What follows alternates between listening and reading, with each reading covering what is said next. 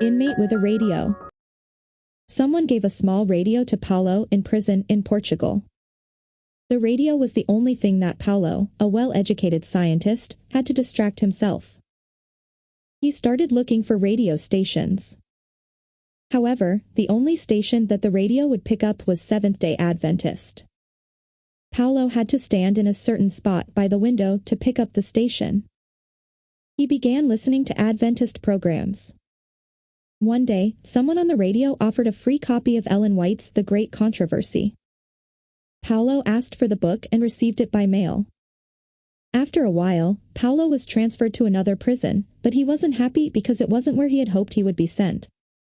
The new prison, however, ended up being closer to the Adventist radio station, and he could pick up the radio programs better. Paulo sent a long letter to the director of the radio station.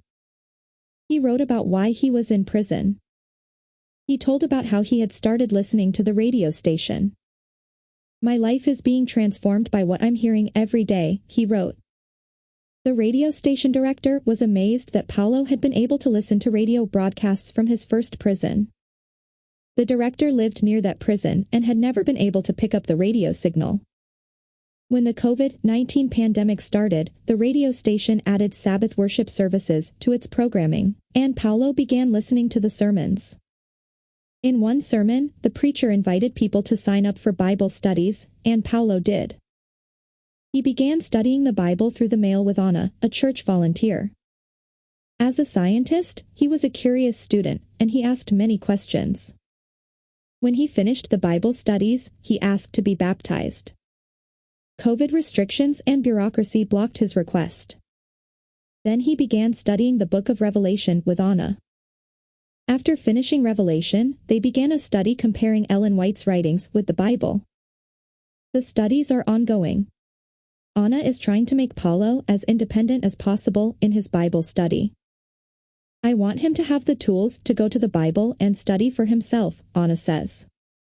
Paulo has asked Anna to give Bible studies to several other inmates.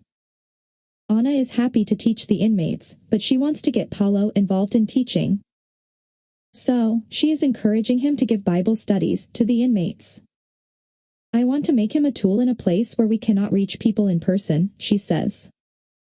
It is very difficult for Adventists to reach people in Portuguese prisons.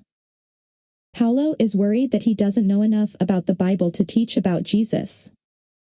He also worries that he lacks moral authority to teach others because, after all, he is in prison.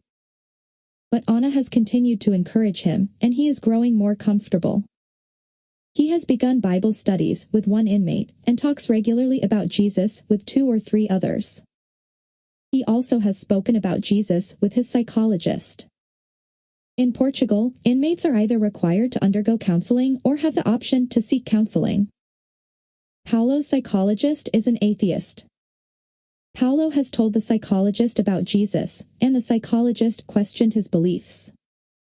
"How can you as a scientist believe something that science cannot prove?" the psychologist said. "Everything you believe is a fairy tale." The counseling sessions have turned into conversations about faith. Paulo feels like the Holy Spirit is guiding him. He says things that he has studied but he didn't plan to say just come to his mind.